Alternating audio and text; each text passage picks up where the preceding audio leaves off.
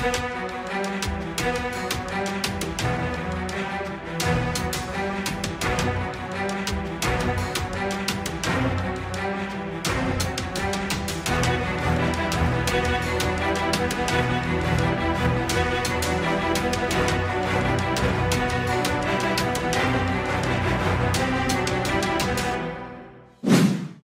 आपण पकडलेले आहेत।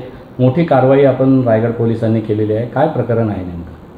काल रात्री उशिरा अलिबाग पोलीस स्टेशनला अशी गोपनीय माहिती प्राप्त झाली होती की मायकर लाईन्स अलिबाग एरियामध्ये एका व्यक्तीने काही बनावट नोटे आपल्या घरी ठेवलेले आहे। त्या अनुषंगाने Alibag police station in-charge Shri Kishor Sale ने आपली टीम सोबत जाऊन तिथे धडा टाकला आणि तिथे आरोपी आहे भूषण विजय पतंगे याचे कस्टडीवरून आपल्याला 4.5 लाखपेक्षा जास्तचे बनावटी नोट प्राप्त झालेले आहे।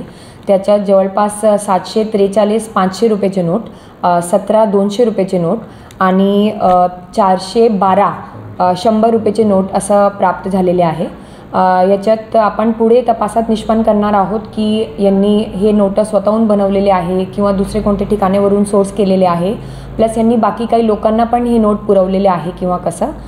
याच्यात शक्यता आहे की जर एवढं मोठी क्वांटिटीमध्ये आपल्याला आताच मिळालेले आहे तर अजूनही याच्यात नोटा वाढण्याची, बनावट नोटा वाढण्याची शक्यता आहे। मॅडम, बाजारामध्ये या नोटा व्यवहारात चलनामध्ये आल्या असतील का? आणि तसं असेल तर मग जनतेला जागरूकतेबद्दल आपलं पोलीस अधीक्षक म्हणून काय आव्हान असणार आहे?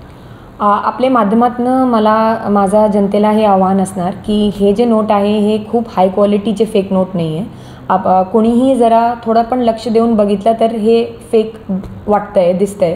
तर मला सर्वांना हे सूचना आहे, आव्हान आहे की आपला जराही संशय आला की हे नोट फेक आहे किंवा कसं, तर आपण जवळचे बँकात जाऊन तशी खात्री करू शकत आणि त्या नोटाच्या पोलिसांच्या निर्देशनात आणून द्या।